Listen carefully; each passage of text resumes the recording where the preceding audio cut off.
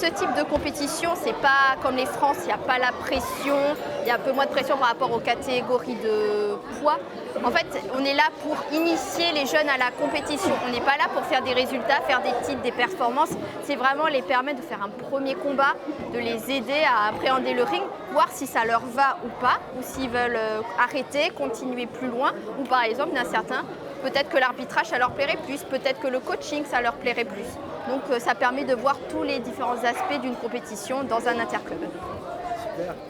Alors l'organisation, c'est plus monsieur Johan Bru qui a fait toute la partie communication sur les réseaux, Facebook. Après, il connaît beaucoup des gens des interclubs, notamment de Nouvelle-Aquitaine. C'est lui qui s'est plus occupé des inscriptions. Il recevait les appels des groupes, il leur envoyait les listes. Et après, par rapport aux combattants que nous, on avait à Floirac, il a mis en place ces différentes catégories. C'est de regrouper au niveau des poids pour que tout le monde, au moins tous les participants, aient au moins un combat sur toute la compétition. J'aide au bon déroulement de la compétition, notamment l'arbitrage, parce qu'il y a 2 rings, on doit de se répartir les différents groupes. Il faut qu'il y ait un arbitre central au niveau du tatami et il faut qu'il y ait 3 à 4 juges en bas au niveau de la table pour s'occuper de le jugement et le chronomètre.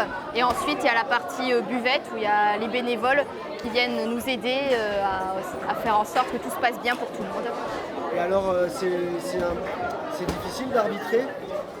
Oui, c'est difficile, surtout que majoritairement, on a beaucoup de gens de notre club, donc il faut essayer vraiment d'être le plus impartial, bien se positionner par rapport aux combattants, essayer de juger au mieux les arbitres, parce que moi-même étant combattante, je sais ce que c'est d'avoir un arbitre qui tourne autour, le respect des règles, parce qu'on est en light contact, donc il y a beaucoup plus de règles, pas de coups excessifs, pas de certains coups qui sont interdits, les coups au-dessus de la ceinture. Contrairement au plein où il y a beaucoup moins, les règles sont un peu plus light, là on a le droit au KO, au coup fort, contrairement au light. Oui, pour être arbitre, il faut suivre une formation auprès de la Fédération française de karaté qui va venir prendre en charge ceux qui veulent devenir arbitre. Il faut avoir minimum la ceinture noire, la première dan pour pouvoir être arbitre, c'est-à-dire quand même connaître relativement bien le sport. Alors c'est des formations, je ne pourrais pas vous dire combien de temps c'est.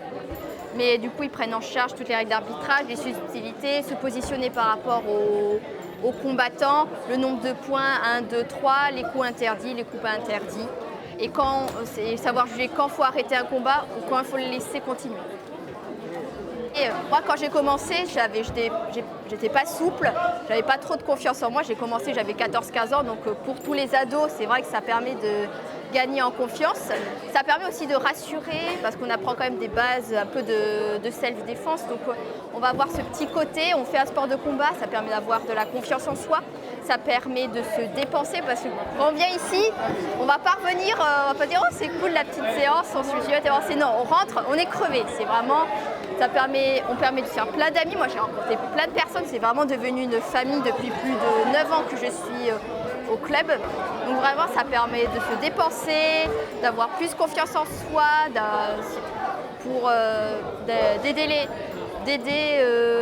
d'autres personnes, parce qu'on a chacun notre connaissance, notre vécu, donc on peut peut-être aider d'autres personnes, même pas à travers le full contact et peut-être même par notre expérience personnelle. Donc c'est vraiment, en Floirac, en tout cas, c'est une très grande famille qui vous accueillera avec plaisir si vous voulez vous initier.